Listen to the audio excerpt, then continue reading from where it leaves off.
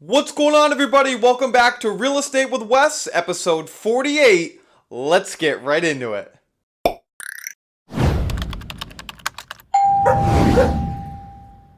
Welcome to episode 48 of Real Estate with Wes. We are time traveling back in time and looking at some historic and old pictures of real estate in Wallingford, Connecticut.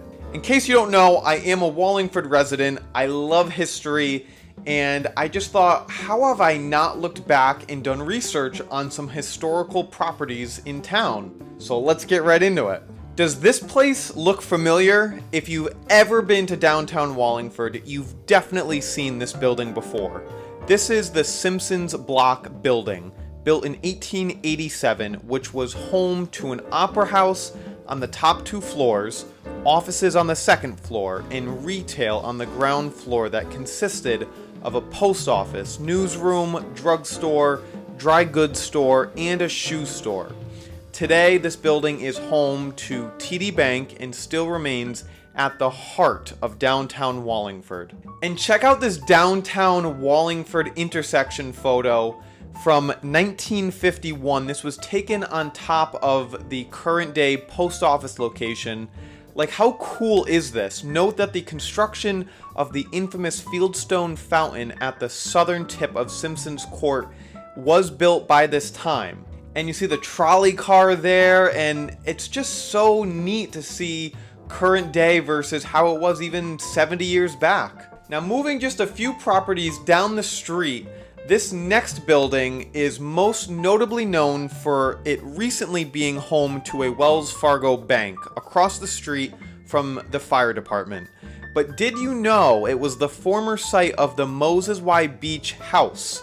Moses Y. Beach was a very successful publisher and owner of the New York Sun, who built this beautiful Italian-inspired villa estate right in downtown Wallingford in 1851. Since then, the property has seen a few owners, including the St. George's Inn up until the mid-1950s, and in 1961, it changed hands again to Union and New Haven Trust Company, who constructed the existing building on the property today. And it most recently has switched ownership, and there is a new project coming to that property very soon. Another awesome shot here. This is from atop the former Wallingford train station on the green. This was taken in 1915. This is looking east towards the cemetery with its recently constructed wall. And you can see really clearly the road and the size of it hasn't really changed.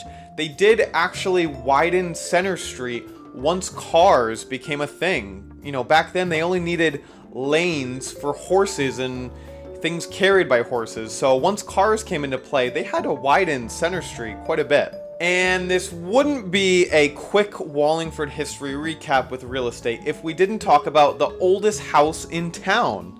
This would be the Royce House, with documentation stating its origins in 1672. The home currently resides at 538 North Main Street, right in front of Dutton Park. But the home doesn't actually sit on its original lot. In fact, it now sits approximately 500 feet from its old resting place. The original build was actually on the corner of North and North Main Street. This picture was taken in 1880, and you can see on the right side of the photo, there was a ginormous elm tree which came down in a storm in 1896. And the house stayed on the lot until 1924. There are so many cool historical things that I didn't get to talk about in Wallingford. Things like the industry and mills that originally brought people to town and why they settled here.